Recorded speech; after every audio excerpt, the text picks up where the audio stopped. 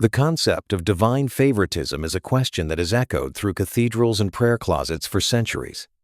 To the human eye, life often looks like a series of uneven distributions. Some seem to walk through doors that effortlessly swing open, while others face a constant uphill battle. This video explores the theological tension between God's universal love and the specific favor often highlighted in the Bible, examining whether God truly picks favorites or if there is a deeper spiritual mechanism at work. The starting point for understanding this must be the character of God, as defined in Acts 10:34, where Peter declares, "I now realize how true it is that God does not show favoritism." This is a foundational pillar of the Christian faith. It suggests that the access to God's grace is a level playing field. Romans 2:11 echoes this by stating that God does not judge based on external status or worldly prestige. In this sense, the answer is a resounding no.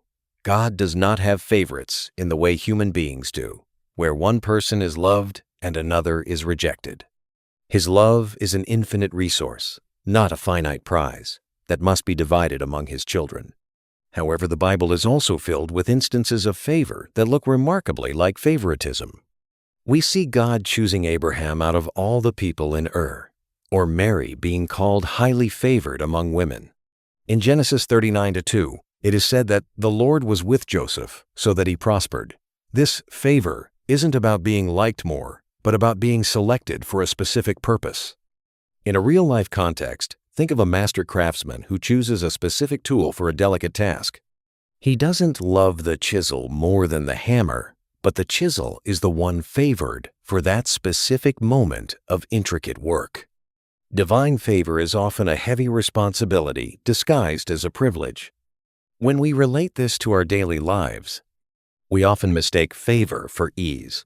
We look at the person with the thriving business or the seemingly perfect family and assume they are the favorite. But scriptural favor often leads to trial. David was favored to be king, yet he spent years running for his life in the wilderness.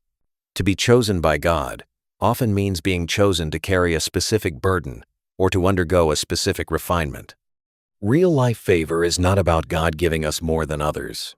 It is about God's presence being uniquely manifest in our circumstances to achieve a goal that is bigger than our personal comfort. Ultimately, the secret to what looks like favoritism is often found in the posture of the heart. James 4:8 says, "Draw near to God, and He will draw near to you." In life, we see that those who seem favored are often those who have aligned their will with God's intentions. It is like standing in a room with a large window.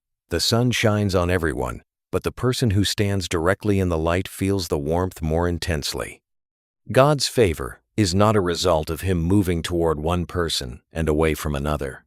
It is the result of a person moving into the light of His existing promises.